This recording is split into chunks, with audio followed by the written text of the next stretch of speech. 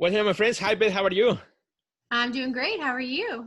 I am very excited. And today we're going to talk about how to challenge yourself in the studio. We're going to kind of share some of the things that you do to challenge yourself, some of the things that I like to do also once in a while to challenge myself also, with the work that we do. But before we do that, how are you doing?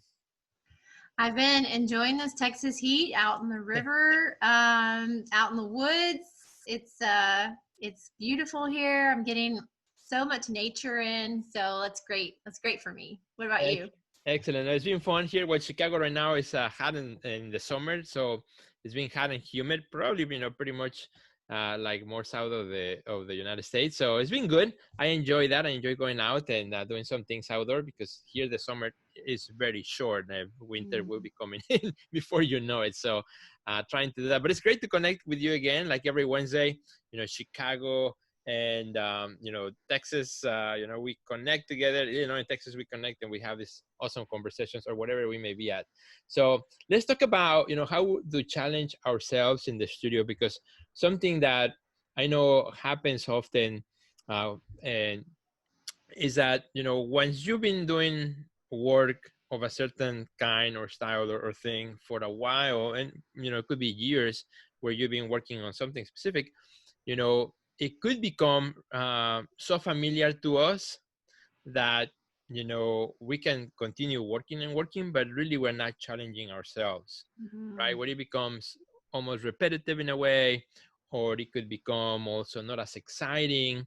So maybe we can talk about some of the strategies that our friends here watching and us we can do to keep challenging our creative side when we walk in the studio and we are ready to approach the next sculpture or the next canvas or the next photograph or the next whatever it may be. So I have a few things I would like to share, and I know, Beth, that you probably have also some things that you would like to share. So how do you like that topic?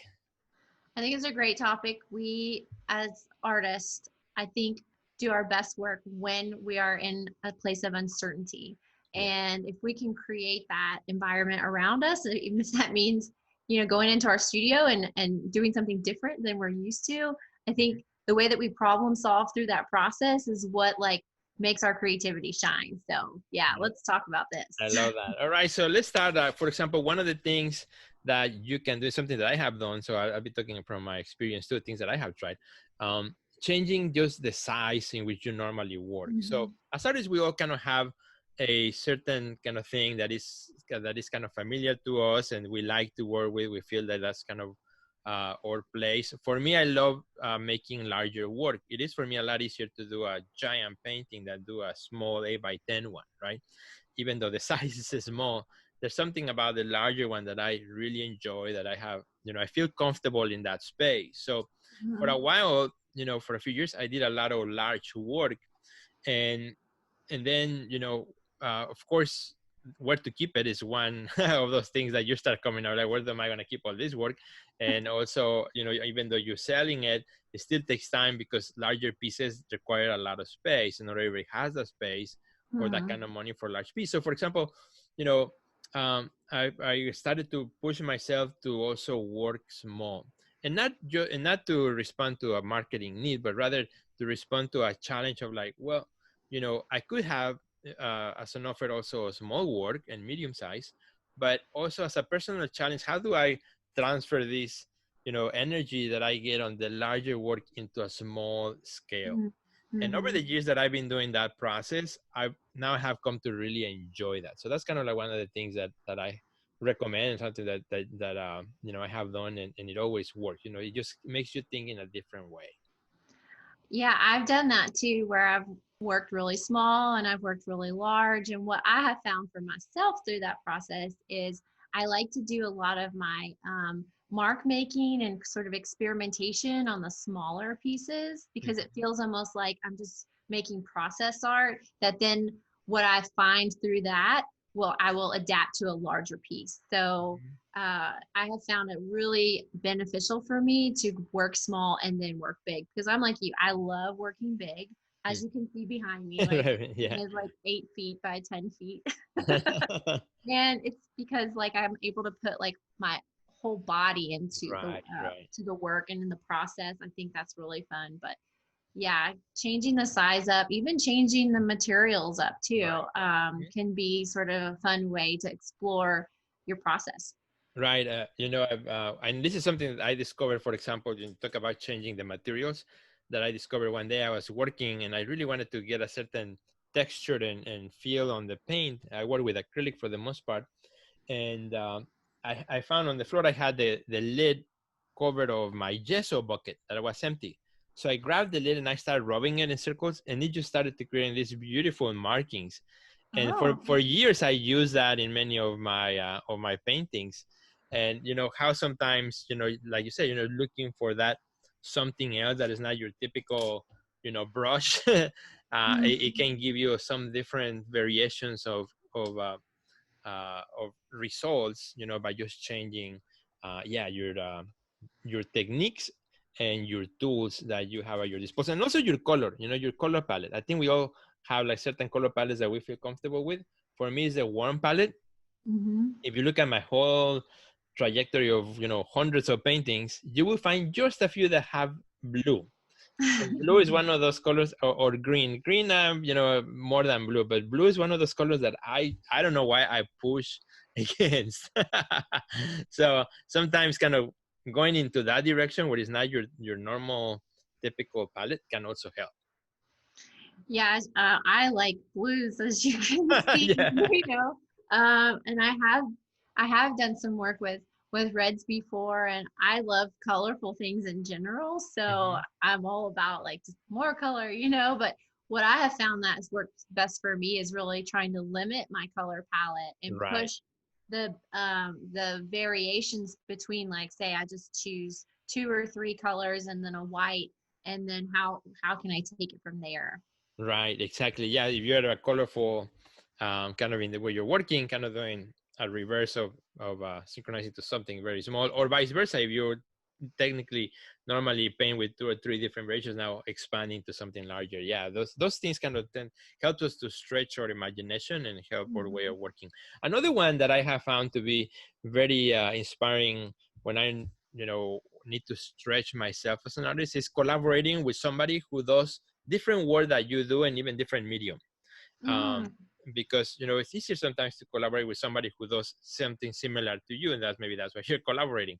But sometimes working with somebody who has is a different discipline or a different way of making or a different material, totally changes your way of working.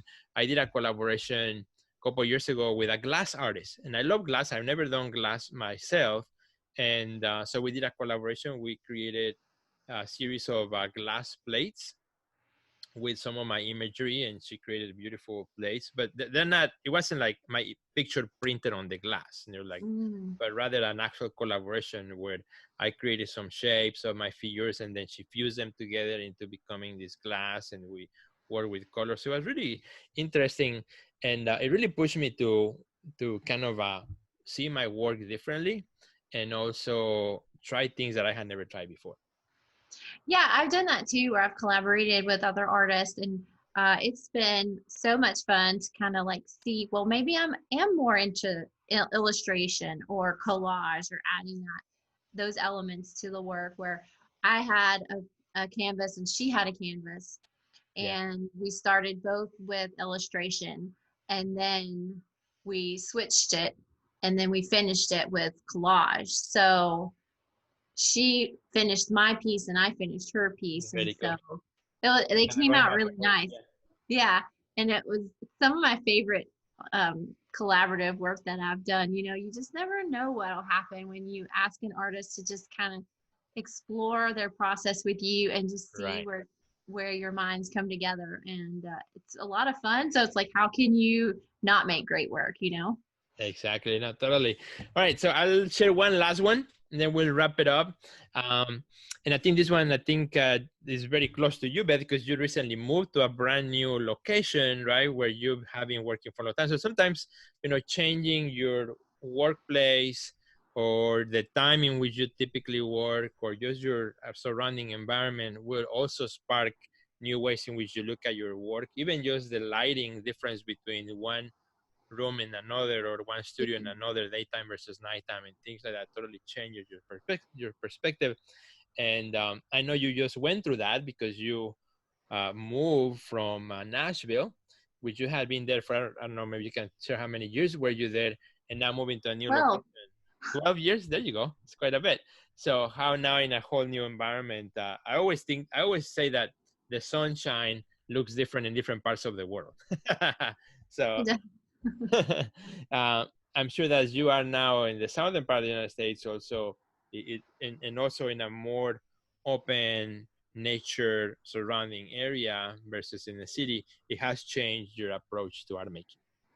definitely has. I've been using photography more and really playing with the light because I am so connected to nature and following the sun every day. And so I'm learning about like how it's hitting on different trees or rocks or, it's just like I'm watching and observing like really carefully. And I think that's going to help with some of my art making. Like I've been thinking about doing some watercolor and some graphite on paper and drawing. And so I love painting and I'm an abstract painter, but I mean I started with drawing and I would love to kind of revisit that. Like when I was living in Texas, I started drawing graphite on paper like 20 years ago. And so maybe I should revisit that. And I think it's kind of cool how you feel like you come full circle sometimes with. Right, right. Yeah, and I think that that would be a great place to end it because that's another way in which you can also reinvigorate your studio practice by going back again to your Where you early started. works and Mhm. even maybe do a new rendition of something that you did early, which is great too. So thank you so much, Beth. I think that was pretty fun sharing with you some of these. So where can our friends find you on social media and on your website? You guys can find me on Facebook and Instagram at Beth English, and I'm bethenglish.com. And what about you, Sergio? You guys can find me on Instagram at Sergio Gomez Art and on the web at sergiogomezonline.com. And as usual, please let us know what you think. If you have a specific things that you do in your studio or how you continue to reinvigorate your studio life, let us know. We would love to hear and we will add them and try them also ourselves. So please share so more artists can also benefit from this conversation. Have a great day, my friends. Bye, Beth. Bye.